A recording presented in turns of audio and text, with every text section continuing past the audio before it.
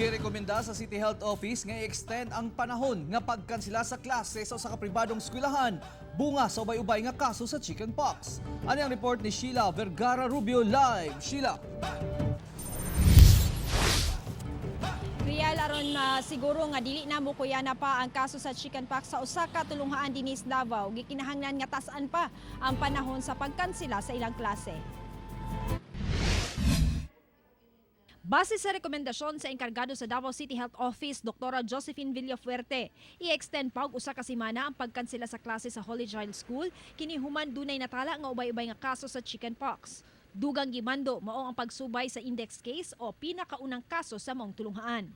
Nga i-suspend sa ang klase for 2 weeks and then ang i-contain siya by sanitizing the katong mga rooms tanan no. Malungod jud ang aircon, i-sanitize gud tanan. Disinfect siya bali para free niya ipapangita gitong index case. Hinon gitino sa City Health Office nga isolated lamang ang maong kaso sa gitwalay outbreak sa mong sakit dinhi sa syudad. Samtang sa Pikasbahin, gi-extend usab kutob og mga adlaw Biyernes ang immunization kontra polio sa mga batang nag-edad og 0 to 59 months. Na-cover na ang target nga gidaghanon sa mga bata apan but gayud dublehon sa City Health Office ang ilang pagpaniguro.